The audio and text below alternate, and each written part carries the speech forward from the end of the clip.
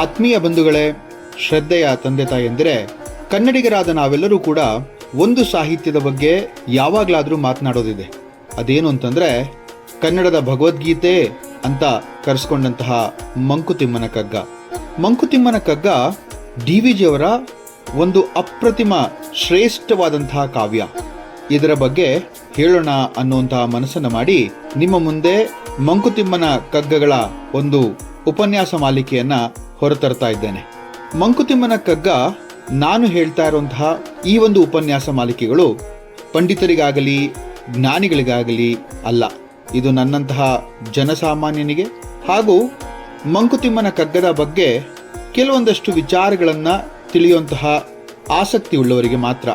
ದಯವಿಟ್ಟು ಇದರಲ್ಲಿ ಏನಾದರೂ ಚ್ಯುತಿ ಇದ್ದು ತಪ್ಪಿದ್ದರೆ ಕ್ಷಮಿಸಬೇಕು ಅಂಥೇಳಿ ಕೇಳ್ಕೊಳ್ತೇನೆ. ಮಂಕುತಿಮ್ಮನ ಕಗ್ಗ ಇಂತಹ ಅಪ್ರತಿಮವಾದಂತಹ ಕಾವ್ಯದ ಬಗ್ಗೆ ಮಾತನಾಡಲು ನಾನು ಅಶಕ್ತ. ನನ್ನ ಜ್ಞಾನ ಬಹಳ ಸೀಮಿತವಾದದ್ದು.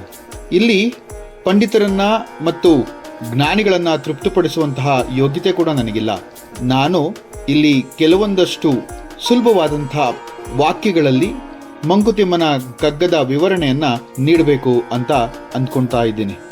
DVG ಅವರ ಬಗ್ಗೆ ಕೆಲವೊಂದಷ್ಟು ವಿಚಾರಗಳನ್ನ ಮೊದಲು ಹೇಳಿ ನಂತರ ಕಗ್ಗಗಳ ಬಗ್ಗೆ ಮಾತನಾಡೋಣ. DVG DV ಗುಂಡಪ್ಪ ಅಂತ ಹೇಳಿ ಅವರ ಪೂರ್ಣ ಹೆಸರು. ದೇವನಹಳ್ಳಿ ವೆಂಕಟರಮಣಯ್ಯ ಗುಂಡಪ್ಪ ಅಂತ ಕೂಡ ಹೇಳ್ಬೋದು. DVG ಅನ್ನುವಂಥದ್ದು ಅವರ ಕಾವ್ಯನಾಮ. ಅವರ ತಂದೆ ವೆಂಕಟರಮಣಯ್ಯ, ತಾಯಿ ಅಲುಮೇಲು. ಹುಟ್ಟಿದ ಸ್ಥಳ ಕೋಲಾರ ಜಿಲ್ಲೆಯ ಮುಳುಬಾಗಿಲು. 12 ಮಾರ್ಚ್ 1887ರಲ್ಲಿ ಅವರ ಜನನ. ಅವರ ಮರಣ 1975 7ನೇ ಅಕ್ಟೋಬರ್ ಅಂದು ಬೆಂಗಳೂರಿನಲ್ಲಿ ಆಗುತ್ತೆ. ಅವರ ಪತ್ನಿ ಭಾಗೀರಥಮ್ಮ. ಅವರು ಮಾಡಿದಂತಹ ಉದ್ಯೋಗಗಳೇನಪ್ಪ ಅಂತಂದ್ರೆ ಶಿಕ್ಷಕರಾಗಿ, ಲೇಖಕರಾಗಿ, ಸಂಪಾದಕರಾಗಿ, ಕವಿ, ತತ್ವಶಾಸ್ತ್ರ ವಿದ್ವಾಂಸಕರಾಗಿ, ಪತ್ರಕರ್ತರಾಗಿ, ಸಾಹಿತಿಗಳಾಗಿ. ಅಬ್ಬಬ್ಬಾ, DVG ಬಗ್ಗೆ ಹೇಳ್ತಾ ಹೋದ್ರೆ ಇನ್ನೂ ಕೂಡ 10 ಮಾಲಿಕೆಗಳನ್ನು ಮಾಡಬೇಕಾಗಿ ಬರಬಹುದು. ಅವರ ಜನಪ್ರಿಯ ಕೃತಿ ಮಂಕುತಿಮ್ಮನ ಕಗ್ಗ. ಹಾಗೆ ಅವರ ಸಮಗ್ರ ಸಾಹಿತ್ಯದ ಬಗ್ಗೆ ಒಂದಷ್ಟು ವಿಚಾರವನ್ನು ಹೇಳಿ ನಾನು ಮುಂದುವರಿತೇನೆ. ಕಾವ್ಯಗಳನ್ನು ತೆಗೆದುಕೊಂಡ್ರೆ ಕವಿತೆ, ನಿವೇದನೆ, ಉಮರನ ಹೊಸಗೆ, ಮರುಳ ಮುನಿಯನ ಕಗ್ಗ, ಶ್ರೀರಾಮ ಪರೀಕ್ಷಣಂ, ಅಂತಃಪುರ ಗೀತೆ, ಗೀತಾ ಶಕುಂತಲ ಎಂಬಂತಹ ಸುಂದರವಾದಂತಹ ಮತ್ತೆ ಮನೋಜ್ಞವಾದಂತಹ ಕಾವ್ಯಗಳನ್ನ DVG ಅವರು ರಚಿಸ್ತಾರೆ. ಕಿರು ಬರಹಗಳನ್ನು ಬರೀತಾರೆ. ಜೀವನ ಸೌಂದರ್ಯ ಮತ್ತು ಸಾಹಿತ್ಯ ಶಕ್ತಿ, ಸಂಸ್ಕೃತಿ, ಬಾಳಿಗೊಂದು ನಂಬಿಕೆ, ಜ್ಞಾಪಕ ಚಿತ್ರಶಾಲಾ, ಇಂತಹ ಅದ್ಭುತವಾದಂತಹ ಒಂದು ನಿಬಂಧಗಳು ಅಂತ ಕೂಡ ಕರಿಬಹುದು ಇವನ್ನ. ನಾಟಕಗಳನ್ನು ತೆಗೆದುಕೊಂಡ್ರೆ ವಿದ್ಯಾರಣ್ಯ ವಿಜಯ, ಜಾಕ್ ರೆಡ್, ಮ್ಯಾಕ್ಬೆತ್, ಈ ತರ ಬಹಳಷ್ಟು ಸುಂದರ ನಾಟಕಗಳನ್ನು ಕೂಡ ಬರೆದಿದ್ದಾರೆ. ಇವರ ಸಾಧನೆಗಳನ್ನ ಹೇಳ್ತಾ ಹೋದ್ರೆ ಇದರ ಪಟ್ಟಿ ಅಗಾಧ. 1935ರಲ್ಲಿ ಗೋಖಲೆ ಸಾರ್ವಜನಿಕ ವಿಚಾರ ಸಂಸ್ಥೆಯನ್ನ ಸ್ಥಾಪನೆ ಮಾಡಿಸ್ತಾರೆ. ಮೈಸೂರು ವಿಶ್ವವಿದ್ಯಾಲಯ ಪ್ರಕಟಿಸಿದ ಇಂಗ್ಲಿಷ್ ಕನ್ನಡ ನಿಘಂಟಿನ ಕೃತಿಯ ಸಂಪಾದಕ ಸಮಿತಿಯಲ್ಲೂ ಕೂಡ ಇದ್ರು. 1939ರಲ್ಲಿ ಮೈಸೂರು ರಾಜ್ಯಾಂಗ ಸುಧಾರಣಾ ಸಮಿತಿಯ ಸದಸ್ಯರಾಗಿರ್ತಾರೆ. ಇವರಿಗೆ ಬಾಲ್ಯದಿಂದಲೂ ಕೂಡ ಬಹಳ ಒಳ್ಳೆಯ ಪರಿಸರ, ವಿದ್ವಾಂಸರು, ಜ್ಞಾನಿಗಳ ಒಂದು ಸಂಘ. ಹುಟ್ಟೂರಿನಲ್ಲೇ ಪ್ರಾರಂಭಿಕ ಶಿಕ್ಷಣ. KV ರಾಮಸ್ವಾಮಿ ಅಯ್ಯರ್ ಎಂಬುವವರಿಂದ ಇಂಗ್ಲಿಷ್ ಪಾಠ. ಅದ್ಭುತವಾದಂತಹ ಶಿಕ್ಷಕ ದೊರೆತರೆ ಏನು ವಿದ್ಯಾರ್ಥಿಯ ಮೇಲೆ ಪ್ರಭಾವ ಬೀರಬಹುದು ಅನ್ನೋದಕ್ಕೆ DVG ಅವರು ಮತ್ತೆ KV ರಾಮಸ್ವಾಮಿ ಅಯ್ಯರ್ ಅವರ ಒಂದು ಗುರು ಶಿಷ್ಯರ ಪರಂಪರೆಯೇ ಒಂದು ನಿದರ್ಶನ ಅಂತ ಹೇಳ್ಬೋದು. ದಿನಾಗ್ಲೂ ಇವರ ಸಂಜೆ ಮನೆಯಲ್ಲಿ Robinson Crusoe, Swiss family Robinson, Stanford ಮತ್ತೆ ಮೆಟ್ರಾನ್ ಮುಂತಾದಂತಹ ಬಾಲ ಸಾಹಿತ್ಯ ತುಂಬಾ ಓದ್ತಾ ಇದ್ರು ಮತ್ತೆ ಅದರ ಅರ್ಥಗಳನ್ನ ಗ್ರಹಿಸ್ತಾ ಇದ್ರು. ಇದರ ಜೊತೆಗೆ ಸಂಸ್ಕೃತಾಭ್ಯಾಸ ಕೂಡ ಹಾಗೆ ಆಗ್ತಾ ಇತ್ತು. ಇವರ ಚಿಕ್ಕ ತಾತಂದ್ರು ಶ್ರೀಕೃಷ್ಣ ರಾಜವಾಣಿ ವಿಲಾಸ, ಕನ್ನಡ ವಚನ ಭಾರತ, ಶ್ರೀ ಜಯಚಾಮರಾಜೇಂದ್ರ ವಿಲಾಸ, ಕನ್ನಡ ರಾಮಾಯಣ ಗ್ರಂಥಗಳನ್ನ ಓದಿಸ್ತಿದ್ರು. ಇದರಿಂದನೇ ಬಾಲ್ಯದಲ್ಲಿ ಹಳೆಗನ್ನಡ ಮತ್ತೆ ಸಾಹಿತ್ಯದ ಒಂದು ಪರಿಚಯವಾಗ್ತಾ ಹೋಯ್ತು. ಮನೆಯ ಅಕ್ಕಪಕ್ಕ ನಡೀತಿದ್ದ ಸಂಗೀತ, ನರ್ತನ ಕಾರ್ಯಕ್ರಮಗಳಿಂದ ಕಲಾಭಿರುಚಿ ಕೂಡ ಬೆಳೀತಾ ಹೋಯ್ತು. LS ಅಂದ್ರೆ ಲೋಯರ್ ಸೆಕೆಂಡರಿ ಪಾಸ್ ಆದ ನಂತರ ಹೈಸ್ಕೂಲಿಗೆ ಸೇರ್ತಾರೆ. ಅದು ಮೈಸೂರಿನ ಮಹಾರಾಜ ಕಾಲೇಜ್ಗೆ. ಹೈಸ್ಕೂಲಲ್ಲಾದ್ರೂ ಅಜ್ಜಿ ತಾತನ ಸಾವಿನಿಂದ ಊರಿಗೆ ಬಂದ್ಬಿಡ್ತಾರೆ, ವಾಪಸ್ಸು ಮೈಸೂರಿಗೆ ಹೋಗಲ್ಲ. ಮತ್ತೆ ಅಲ್ಲಿ ಬಂದ ನಂತರ ಕೋಲಾರದಲ್ಲಿ, ಅಂದ್ರೆ ಅವರ ಹುಟ್ಟೂರು ಮುಳುಬಾಗ್ಲಲ್ವೇ, ಕೋಲಾರದಲ್ಲಿ ಹೈಸ್ಕೂಲಿಗೆ ಸೇರ್ತಾರೆ. ಚರಿತ್ರೆ ಪಾಠ ಮಾಡುವ ಕೃಷ್ಣಸ್ವಾಮಿ ಅಯ್ಯರ್ ಅವರು ಲಾರ್ಡ್ ಮಾರ್ಲೆ ಎಂಬಾತ ಬರೆದಿರುವಂತಹ ಗ್ಲಾಸ್ಟನ್ ಜೀವನ ಚರಿತ್ರೆ ಓದಲು ತಿಳಿಸಿದಾಗ ಇವರಲ್ಲಿದ್ದ ಜ್ಞಾನದ ಕಿಡಿ ಜಾಗೃತಗೊಳ್ಳುತ್ತೆ.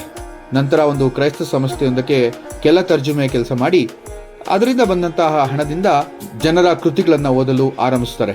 ಆದರೆ ಪಠ್ಯದಲ್ಲಿ ಹಿಂದೆ ಬಿದ್ದು ಮೆಟ್ರಿಕ್ಯುಲೇಷನ್ ಅನ್ನ ಪಾಸ್ ಮಾಡಲಾಗಲ್ಲ. ಅಷ್ಟರೊಳಗೆ ಅವರ ಸಂಸಾರದ ಒಂದು ಹೊರೆ ಕೂಡ ಅವರ ತಲೆ ಮೇಲೆ ಬೀಳುತ್ತೆ. ಅನಿವಾರ್ಯವಾಗಿ ಅವರು ಮುಳುಬಾಗಿಲಿನ ಬದಲಿ ಉಪಾಧ್ಯಾಯರಾಗಿ ಒಂದು ಶಾಲೆಯಲ್ಲಿ ಕೂಡ ಕೆಲಸ ಮಾಡ್ತಾರೆ. ಅದಾದ ನಂತರ ಬೆಂಗಳೂರಿಗೆ ಬರ್ತಾರೆ. ಆ ಬೆಂಗಳೂರಿಗೆ ಬಂದದ್ದು ಅವರ ಒಂದು ಜೀವನದ ಮಹತ್ ತಿರುವು ಅಂತ ಕೂಡ ಹೇಳುವುದಿದೆ. ಅದಾದ ನಂತರ ಅವರು ಮಡ್ರಾಸ್ಗೆ ಹೋಗಿ ಇಂಡಿಯನ್ ಪೇಟ್ರಿಯಾಟ್ ಮುಂತಾದಂತಹ ಪತ್ರಿಕೆಗಳಲ್ಲಿ ಅವರು ಪತ್ರಕರ್ತನಾಗಿ ಕೂಡ ಲೇಖನಗಳನ್ನು ಬರೆಯಲು ಶುರು ಮಾಡ್ತಾರೆ. ಬೆಂಗಳೂರಿಗೆ ಹಿಂದಿರುಗಿದ ಮೇಲೆ ಅವರು ಭಾರತಿ ಎಂಬಂತಹ ಕನ್ನಡ ಪತ್ರಿಕೆಗೆ ಸಂಪಾದಕರಾಗಿ ಕೂಡ ಕೆಲಸ ಮಾಡ್ತಾರೆ. ಅದಾದ ನಂತರ ಹಲವಾರು ವಾರಪತ್ರಿಕೆಗಳಲ್ಲಿ ಅಂದ್ರೆ ಕರ್ನಾಟಕ ಎಂಬಂತಹ ಒಂದು ವಾರಪತ್ರಿಕೆ ಅವರು ಹೊರತರ್ತಾರೆ. 1923ರಲ್ಲಿ ಹೊರತಂತಹ ಪತ್ರಿಕೆ ಕರ್ನಾಟಕ ಜನಜೀವನ ಮತ್ತು ಅರ್ಥ ಸಾಧಕ ಅಂತ ಹೇಳಿ. ಆಗ ಅದು ಅಂದಿನ ರಾಜಕೀಯ ವಿದ್ಯಮಾನಗಳ ಕುರಿತಂತಹ ಸತತವಾಗಿ ಒಂದು ಲೇಖನಗಳನ್ನು ಬರೀತೊಡಗುತ್ತಾರೆ. ಸನ್ಮಾನಗಳು ಅಂತ ಮಾತಾಡಿದ್ರೆ DVG ಅವರು ಬಹಳಷ್ಟು ಸನ್ಮಾನಗಳಿಂದ ದೂರ ಇದ್ರೂ ಕೂಡ ಅವರ ಒಂದು ಅಗಾಧವಾದಂತಹ ಒಂದು ಜ್ಞಾನ ಸಂಪತ್ತಿಗೆ ಅವೇ ಅವರನ್ನು ಹುಡುಕೊಂಡು ಬರುತ್ತೆ. 1932ರಲ್ಲಿ ಮಡಿಕೇರಿಯಲ್ಲಿ ನಡೆದಂತಹ 18ನೇ ಅಖಿಲ ಭಾರತ ಕನ್ನಡ ಸಾಹಿತ್ಯ ಸಮ್ಮೇಳನದ ಅಧ್ಯಕ್ಷರಾಗ್ತಾರೆ. 1961ರಲ್ಲಿ ಗೌರವ ಡಿಲಿಟ್ ಮೈಸೂರು ವಿಶ್ವವಿದ್ಯಾಲಯ ಅವರಿಗೆ ಸಂಧಿಸುತ್ತೆ. 1963ರಲ್ಲಿ ಶ್ರೀಮದ್ ಭಗವದ್ಗೀತಾ ತಾತ್ಪರ್ಯ ಎಂಬಂತಹ ಗ್ರಂಥಕ್ಕೆ ಕೇಂದ್ರ ಸಾಹಿತ್ಯ ಅಕಾಡೆಮಿ ಪ್ರಶಸ್ತಿ ಕೂಡ ಲಭಿಸುತ್ತೆ. 1973ರಲ್ಲಿ DVG ಸನ್ಮಾನ ಸಮಿತಿ ಅವರಿಗೆ 1 ಲಕ್ಷ ರೂಗಳ ಗೌರವಧನವನ್ನು ಕೊಡ್ತಾರೆ. ಆದರೆ ಅದನ್ನು ಅವರು ತಾವೇ ನಿರ್ಮಿಸಿದಂತಹ ಗೋಕುಲ ಸಂಸ್ಥೆಗೆ ದಾನ ಮಾಡಿಬಿಡ್ತಾರೆ. 1974ರಲ್ಲಿ ಭಾರತ ಸರ್ಕಾರದಿಂದ ಪದ್ಮಭೂಷಣ ಪ್ರಶಸ್ತಿ ಕೂಡ ಅವರಿಗೆ ಲಭಿಸುತ್ತೆ. 1988ರಲ್ಲಿ ಭಾರತೀಯ ಅಂಚೆ ಸೇವೆ DVG ಅವರ ನೆನಪಿಗಾಗಿ ಅಂಚೆ ಚೀಟಿಯನ್ನು ಕೂಡ ಬಿಡುಗಡೆ ಮಾಡುತ್ತೆ. DVG ಅವರ ಸಾಹಿತ್ಯ ಮತ್ತು ಜೀವನದ ಬಗ್ಗೆ ಸೂಕ್ಷ್ಮವಾಗಿ ಹೇಳುವಂತಹ ಪ್ರಯತ್ನ ಮಾಡಿದ್ದೇನೆ. ಇದಿಷ್ಟರಲ್ಲೂ ಕೂಡ ಅವರ ಹಾಸ್ಯ ಪ್ರಜ್ಞೆ ಎದ್ದು ಕಾಣುತ್ತೆ. ಹಾಸ್ಯ ಪ್ರಜ್ಞೆಯ ಒಂದು ತುಣುಕನ್ನು ನಿಮಗೆ ಹೇಳಿ ಈ ಒಂದು ಉಪನ್ಯಾಸ ಮಾಲಿಕೆಯನ್ನು ಮುಗಿಸ್ತೇನೆ. ಅವರು ನನಗೆ ಸಾಹಿತ್ಯದಲ್ಲಿ ಅಭಿರುಚಿ ಇಲ್ಲ ಕಣಯ್ಯ, ಆದರೂ ಕೂಡ ನನ್ನನ್ನು ಇವರು ಅಧ್ಯಕ್ಷರನ್ನಾಗಿ ಮಾಡ್ತಾರೆ ಅಂತೆಲ್ಲ ಹೇಳದಿದೆ.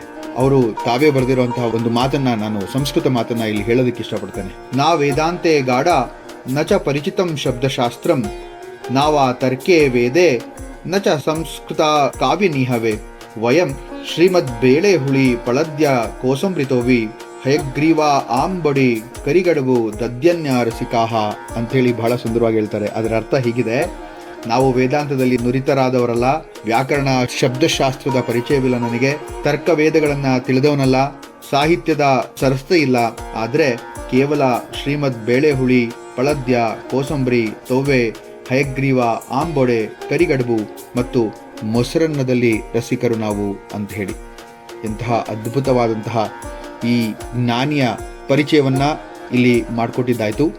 ಮುಂದಿನ ಉಪನ್ಯಾಸ ಮಾಲಿಕೆಯಲ್ಲಿ ಮಂಕುತಿಮ್ಮ ಯಾರು ಮತ್ತು ಮಂಕುತಿಮ್ಮನ ಕಗ್ಗದ ಬಗ್ಗೆ ಸ್ವಲ್ಪ ಹೇಳಿ ಆ ಒಂದು ಮಾಲಿಕೆಗಳನ್ನ, ಮುಕ್ತಕಗಳನ್ನ ಹೇಳುವಂತಹ ಒಂದು ಪ್ರಯತ್ನವನ್ನ, ದುಸ್ಸಾಹಸವನ್ನ ಮಾಡ್ತಾ ಇದ್ದೇನೆ.